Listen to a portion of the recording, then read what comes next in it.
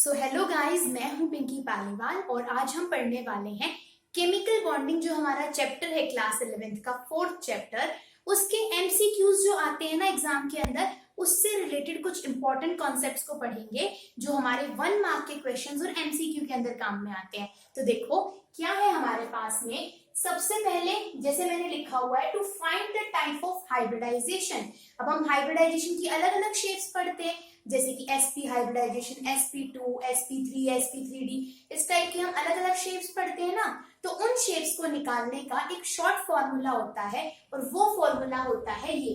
n का मतलब होता है यहाँ पर, मान लिया कि जैसे आपकी शेप आई sp3d, n का मतलब क्या होगा, इन सबको जोड़ो, एक s का, 3 p के, एक d का, टोटल कितने हो गए, 5 नंबर बनते हैं। यानी अगर इस फॉर्मूले को सॉल्व करने पर यहाँ पर 5 आता है तो इसका मतलब कौन सी शेप बनेगी, sp3d। अब मान लिया कि यहाँ पे क्या आता, आपके पास में 3 आता, तो 3 कैसे बनता था, sp2 से एक s का ऑर्बिटल और 2 p के ऑर्बिटल आपके पास में, तो कितना बनता था टोटल 3। तो इस तरीके से हम यहाँ पे वैल्यू से हम पता लगाएंगे कि कौन सी शेप बनेगी। जैसे अगर sp शेप हाइब्रिडाइजेशन आती तो कितना हो गया, 1 प्लस में 1 2, तो यानी इस तरीके से यहाँ पे क्या निकलेंगे, नंबर्स निकलेंगे। तो देखो फॉर्मूला n हो गया आपके पास में, क्या है 1/2, v का मतलब होता है valence electron of the central atom. ठीक है, जैसे कि pf5 है तो फास्फोरस के अंदर कितने वैलेंस इलेक्ट्रॉन हैं, valence electron of central atom आप यहाँ पे बोल सकते हो। ठीक है हमारे पास में। उसके बाद में मैंने लिखा हुआ है m। m का मतलब होता है मोनोवैलेंट एटम। भाई जो आपने जैसे pf5 का निकालना है तो इसके अंदर मोनोवैलेंट एटम कितने हैं। मोनोवैलेंट का मतलब होता है जो जिनकी जो वैलेंस शेल है या जो वैलेंसी है वो 1 हो, या तो +1 हो या -1 हो। तो ऐसे कौन से हो सकते हैं, जैसे फ्लोरीन हो गया, क्लोरीन हो गया, हाइड्रोजन हो गया, आयोडीन हो गया, या जो भी जिसके ऊपर क्या हो आपकी 1 आए आपके पास में। ठीक है, चाहे माइनस का हो चाहे प्लस का हो। ठीक है, तो यहाँ पे जैसे मान लिया क्या है आपके पास में, ये हो गया। अब देखो C+ का मतलब होता है कि कैटायन। भाई अगर मान लिया इस जैसे pf5 है, इसके ऊपर क्या होता, कोई पॉजिटिव या नेगेटिव चार्ज होता तो हम वो ऐड कर देते। अगर पॉजिटिव चार्ज होता तो वो माइनस हो जाता, नेगेटिव चार्ज होता तो वो क्या हो जाता, आपके पास में ऐड होगा, यहाँ पे प्लस का साइन आएगा। ठीक है हमारे पास में। तो यानी कि C पॉजिटिव का मतलब है कैटायन, C नेगेटिव का मतलब है एनायन आपके पास में।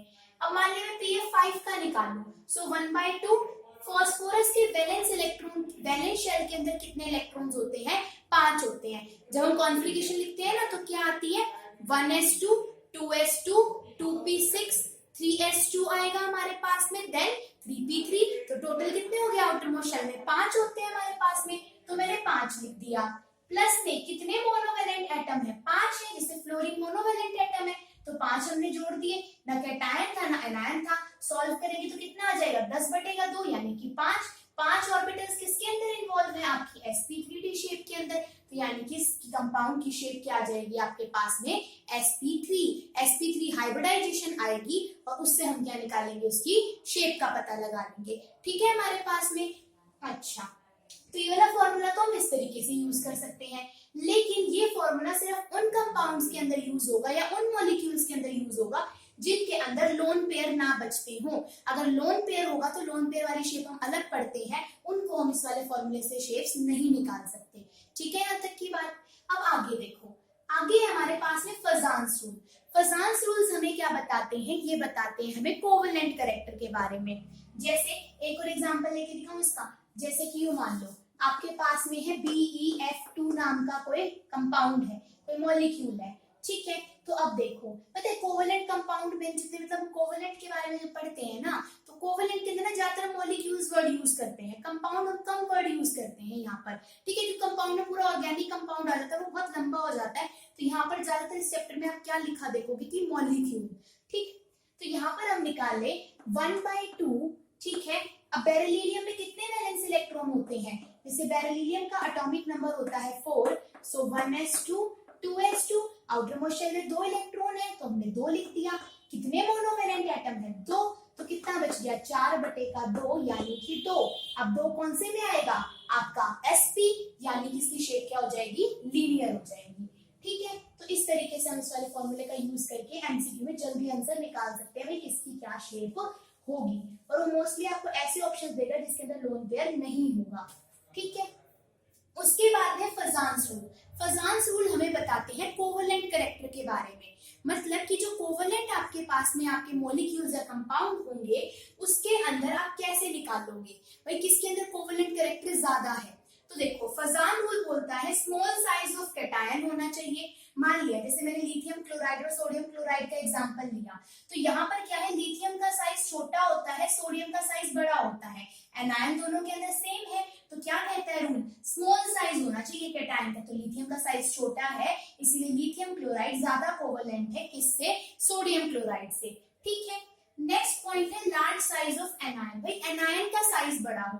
अब देखो यहाँ पे भी लिथियम है, यहाँ पे भी लिथियम है, क्या है, lithium fluoride and lithium chloride अपने पास में। ठीक है, तो अब इसमें देखो F यहाँ पे क्या है, F नेगेटिव आएगा, यहाँ पे Cl नेगेटिव आएगा क्योंकि Li पॉजिटिव और F नेगेटिव बन रहे होंगे ना। तो अब यहाँ पे देखो क्या फ्लोराइड आयन का साइज बड़ा होता है क्लोराइड आयन का, क्लोराइड आयन का होता है। तो यानी कि लिथियम फ्लोराइड और लिथियम क्लोराइड में से किसका साइज बड़ा हो, मतलब किसका कोवलेंट कैरेक्टर ज्यादा होगा, लिथियम क्लोराइड का। ठीक है, थर्ड रूल कहता है हायर चार्ज ऑफ आयन, लिखा हुआ मैंने हाई चार्ज ऑन एनायन, यानी आपके पास में कोई भी जो आयन होगा, अब वो आयन पॉजिटिव वाला भी हो सकता है नेगेटिव वाला भी हो सकता है, ये एनायन नहीं है, यहाँ पर आयन लिखा हुआ है, आयन के अंदर पॉजिटिव नेगेटिव दोनों आते हैं। जैसे एक है लिथियम क्लोराइड और एक है मैग्नीशियम क्लोराइड। अब हमें पता है कि लिथियम क्लोराइड के ऊपर तो 1 पॉजिटिव चार्ज होगा, जबकि मैग्नीशियम के ऊपर यहाँ पर कितना मिलेगा, 2 पॉजिटिव चार्ज। तो चार्ज किसमें ज्यादा है, मैग्नीशियम के अंदर ना, तो इसीलिए क्या होगा, मैग्नीशियम का कोवलेंट कैरेक्टर ज्यादा, क्योंकि यहाँ पे क्या है, मैग्नीशियम है 2 पॉजिटिव और दूसरा क्या था आपके पास में लिथियम, लिथियम के ऊपर 1 पॉजिटिव चार्ज है, तो मैग्नीशियम वाले का कोवलेंट कैरेक्टर क्या होगा, ज्यादा होगा।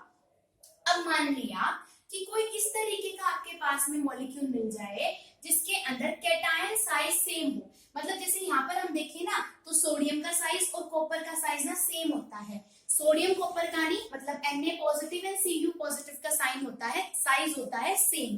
फिर हम कैसे पता लगाएंगे, तो यहाँ पर आता है 18 इलेक्ट्रॉन रूल, मतलब कि जिसके आउटर मोस्ट इलेक्ट्रॉन शेल के अंदर 18 इलेक्ट्रॉन होंगे वो ज्यादा कोवलेंट होगा। अब सोडियम के आउटर मोस्ट में होते हैं सिर्फ 8 इलेक्ट्रॉन, जबकि कॉपर के में होते हैं 18, इसीलिए कॉपर क्लोराइड क्या होता है, ज्यादा कोवलेंट होता है सोडियम क्लोराइड के कंपैरिजन में। ठीक है, उसके बाद में फजान्स रूल के बाद में है हाइड्रोजन बॉन्डिंग। तो देखो हाइड्रोजन बॉन्डिंग, सबसे पहली बात तो हाइड्रोजन बॉन्डिंग कब होगी, हाइड्रोजन बॉन्डिंग हमेशा होती है अगर आपका एक हाइड्रोजन एटम है और उसके अलावा नाइट्रोजन, ऑक्सीजन या फ्लोरीन, अगर ये तीनों एटम में से कोई एक है तो हाइड्रोजन बॉन्डिंग हो जाएगी, वरना उस मॉलिक्यूल के अंदर हाइड्रोजन बॉन्डिंग नहीं होगी। कौन कौन से होने चाहिए, हाइड्रोजन के अलावा नाइट्रोजन, ऑक्सीजन या फिर फ्लोरीन, जैसे वाटर के अंदर होती है H2O, हाइड्रोजन और ऑक्सीजन के बीच में हो जाएगी। ठीक है, अब देखो अब ना हाइड्रोजन बॉन्डिंग 2 टाइप की होती है, एक होती है इंटरमोलिक्यूलर और एक होती है इंट्रामोलिक्यूलर। इंटरमोलिक्यूलर हाइड्रोजन बॉन्डिंग होती है दो, मतलब 2 अलग अलग मॉलिक्यूल के बीच में, जैसे वाटर के मॉलिक्यूल के बीच में। ठीक है, लेकिन जो इंट्रामोलिक्यूलर यानी मॉलिक्यूल के अंदर ही जो हाइड्रोजन बॉन्डिंग होती है वो कहलाती है intramolecular hydrogen bonding. Intramolecular hydrogen bonding होती है हमेशा ऑर्थो पोजीशन पर, पैरा और मेटा पोजीशन के ऊपर हमारे पास में हाइड्रोजन बॉन्डिंग नहीं होती है। जैसे मैंने एग्जांपल ले रखा है, नीचे बेंजीन रिंग बनी हुई है, ऊपर एक OH यहाँ पर लगा हुआ है, एक OH यहाँ लगा हुआ है, तो इस वाले हाइड्रोजन जो यहाँ हाइड्रोजन है वो इस ऑक्सीजन एटम के साथ में क्या कर लेगा, हाइड्रोजन बॉन्डिंग, तो ये क्या हो जाएगी, इंट्रामोलिक्यूलर हाइड्रोजन बॉन्डिंग। ठीक है, हमारे पास में ये चीज क्लियर होगी। तो अच्छा हाइड्रोजन बॉन्डिंग कहाँ की, मतलब कौन कौन से एटम होंगे तब होगी, तो मान लिया आपको 4 मॉलिक्यूल दे दिए, तो अगर इनमें से कोई एटम होगा तो उनके अंदर हाइड्रोजन बॉन्डिंग होगी, वरना नहीं। अगर कोई ऑर्गेनिक कंपाउंड दे दिया तो अगर ऑर्थो पोजीशन पे दे रखा है तो वहां पर हाइड्रोजन बॉन्डिंग होगी, अगर पैरा और मेटा है तो नहीं होगी। ऑर्थो पोजीशन और मेटा का अगर कुछ कंफ्यूजन है तो मैं इस तरीके से बता देती हूँ कैसे। देखो अगर मैं इस तरीके से कोई भी आपके पास में क्या बनाऊं, कोई मॉलिक्यूल मैंने बनाया, तो ये आपके पास में अगर मैं इसको 1 पोजीशन मान रही हूँ, ठीक है, ये 2 पोजीशन, ये 3 पोजीशन, ये 4, ये 5 और 6 कार्बन है, तो जो 2 वाली पोजीशन है और जो 6 वाली पोजीशन है ये तो कहलाती है ऑर्थो पोजीशन अपने पास में। जबकि जो 3 नंबर वाली और 5 नंबर वाली पोजीशन है ये कहलाती है मेटा पोजीशन, और जो 4 नंबर वाली पोजीशन है, अगर आप इसके रेफरेंस में देख रहे हो तो 4 नंबर वाली पोजीशन कहलाती है पैरा पोजीशन। तो हाइड्रोजन बॉन्डिंग हमेशा सिर्फ कहां पर होगी, ऑर्थो पोजीशन पर। ठीक है हमारे पास में। उसके बाद में आगे है हमारे पास में क्या दे रखा है, पहले इसको देखते हैं कि मान लिया कि आपको ना बॉन्ड ऑर्डर निकालना है। बॉन्ड ऑर्डर निकालने के लिए हमें लंबा सा वो बनाना पड़ेगा डायग्राम। उसकी एक शॉर्ट ट्रिक होती है, वो शॉर्ट ट्रिक क्या होती है कि आप क्या करो, यहाँ पर 13 से नंबर लिखना शुरू कर दो। 13, 12, 11, 10, 9, 8, 14, 15, 16, 17, 18, 19 एंड 20। ये क्या है, ये आपके पास में इलेक्ट्रॉन्स हैं। ठीक है, यहाँ क्या कर दो, 20 और 8 वाली जो जगह है यहाँ से 0 से शुरू कर दो, फिर 0.5 करके क्या करते जाओ आप, इस तरीके से लिखो। तो कितना हो जाएगा, 0, 0.5, 1, 1.5, 2, 2.5 एंड 3। इस तरीके से क्या कर रहा है आपके पास में, यहाँ पर क्या कर रहा है, वैल्यूज इंक्रीज कर रही है। तो अब ये बताएगा क्या हमको कि मान लिया कि अगर किसी के अंदर 8 इलेक्ट्रॉन या 20 इलेक्ट्रॉन है टोटल, तो उसका बॉन्ड ऑर्डर होगा 0। किसी के अंदर 9 या 19 इलेक्ट्रॉन है तो उसका बॉन्ड ऑर्डर होगा 0.5। इस तरीके से सबके सब क्या चलेंगे हमारे पास में, यानी 2 नंबर हैं, इनके सामने जो वैल्यू लिखी हुई है ये क्या बताती है, इनका बॉन्ड ऑर्डर बताती है। ठीक है, बॉन्ड ऑर्डर डायरेक्टली प्रोपोर्शनल होता है बॉन्ड स्ट्रेंथ के, यानी जितना ज्यादा बॉन्ड ऑर्डर उतनी ज्यादा क्या होगी, बॉन्ड स्ट्रेंथ, यानी उतना ज्यादा स्ट्रॉन्ग बॉन्ड बनेगा। और बॉन्ड ऑर्डर इनवर्सली प्रोपोर्शनल होता है बॉन्ड लेंथ के, यानी जितना ज्यादा बॉन्ड ऑर्डर उतनी कम क्या होगी उसके अंदर, उतनी ज्यादा क्या होगी उसके अंदर बॉन्ड लेंथ होगी। देखो, बॉन्ड ऑर्डर ज्यादा होना मतलब कि स्ट्रॉन्ग बॉन्ड होना। अगर स्ट्रॉन्ग बॉन्ड होगा तो दोनों की जो आपके पास में जो एटम्स होंगे वो एक दूसरे के पास में प्रेजेंट होंगे, यानी बॉन्ड लेंथ घट जाएगी। और अगर बॉन्ड ऑर्डर कम होगा तो बॉन्ड लेंथ क्या आएगी, ज्यादा आएगी, क्योंकि वीक बॉन्ड बनेगा, यानी दूर दूर आपके पास में एटम्स प्रेजेंट होंगे। ठीक है, अब जैसे क्वेश्चन दे रखा है O2, O2 positive, O2 negative and O2 2 negative, आपको इसको अरेंज करना है बॉन्ड ऑर्डर के फॉर्म में। तो आप कैसे करोगे, जैसे देखो एक ऑक्सीजन एटम के अंदर 8 इलेक्ट्रॉन होते हैं तो 2 के अंदर 16 हो जाएंगे। देखो अब जैसे 2 ऑक्सीजन एटम के अंदर होते हैं आपके पास में 16 इलेक्ट्रॉन, लेकिन एक पॉजिटिव चार्ज है मतलब एक लूज कर दिया होगा, तो कितने होंगे, 15 इलेक्ट्रॉन। O2 नेगेटिव, 2 के अंदर 16 होते हैं, एक गेन का रखा हुआ है, यानी कितने हो गए होंगे, 17 इलेक्ट्रॉन। फिर है O2, 2 के अंदर 16 होते हैं, 2 इसमें गेन कर रखे होंगे 18 इलेक्ट्रॉन। अब देख लो, 16 के सामने 2 बॉन्ड ऑर्डर, 15 के सामने 2.5 बॉन्ड ऑर्डर, 17 के सामने यानी 17 इलेक्ट्रॉन जिसमें होंगे उसका बॉन्ड ऑर्डर 1.5 होगा, और 18 इलेक्ट्रॉन वाले का बॉन्ड ऑर्डर 1 होगा। तो हमने इस तरीके से इंक्रीजिंग बॉन्ड ऑर्डर में इसको अरेंज कर दिया। ठीक है, ऐसे बहुत सारे क्वेश्चन आते हैं। ठीक, अब लास्ट 2 चीज और है यहाँ पर, reducing power and oxidising power. तो रिड्यूसिंग पावर क्या होता है, जैसे मैंने एक सीरीज लिख रखी है, जर्मेनियम, एंटीमनी एंड लेड आपके पास में। ठीक है, अब देखो SN, एंटीमनी होता है SN। ठीक है, इसको चेक कर लेंगे।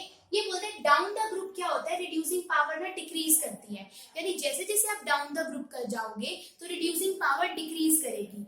क्यों डिक्रीज करेगी, क्योंकि जैसे जैसे हम नीचे की साइड जाते हैं ना तो हायर ऑक्सीडेशन स्टेट की वैल्यू घटती है। मान लिया अगर कोई एटम ऊपर 3 पॉजिटिव ऑक्सीडेशन स्टेट दिखा रहा होगा तो नीचे वो 3 पॉजिटिव नहीं दिखाएगा, वो 1 पॉजिटिव ही दिखाएगा, ऐसा समझ लो। मतलब कि डाउन द ग्रुप हम जैसे जैसे जाते हैं तो पॉजिटिव या नेगेटिव ऑक्सीडेशन स्टेट की वैल्यू क्या करती है, डिक्रीज करती है आपके पास में। जैसे हम देखते हैं ना कई बार ऊपर 2 ऑक्सीडेशन स्टेट दिखाता है लेकिन नीचे क्या दिखाता है, वो कम से कम ऑक्सीडेशन स्टेट दिखाएगा जैसे हम डाउन द ग्रुप जाएंगे। जैसे सीरीज दे रखी है तो इसने बोला कि down the group reducing power decrease करती है कि because stability of higher oxidation state क्या करती है, डिक्रीज करती है। तो रिड्यूसिंग पावर घट रही है हमारे पास में, यानी कि GeCl2 की सबसे ज्यादा और रिड्यूसिंग पावर, उसके बाद SnCl2 की, फिर PbCl2 की। ठीक है, हमारे पास में इसका उल्टा होता है ऑक्सीडाइजिंग पावर। अगर ऑक्सीडाइजिंग पावर पूछे तो ऑक्सीडाइजिंग पावर क्या करती है, डाउन द ग्रुप इंक्रीज करती है, जबकि reducing power down the group क्या करती है, डिक्रीज करती है। तो ये थे हमारे पास में केमिकल बॉन्डिंग चैप्टर के शॉर्ट नोट्स बाय क्लासिनेरा। ठीक है।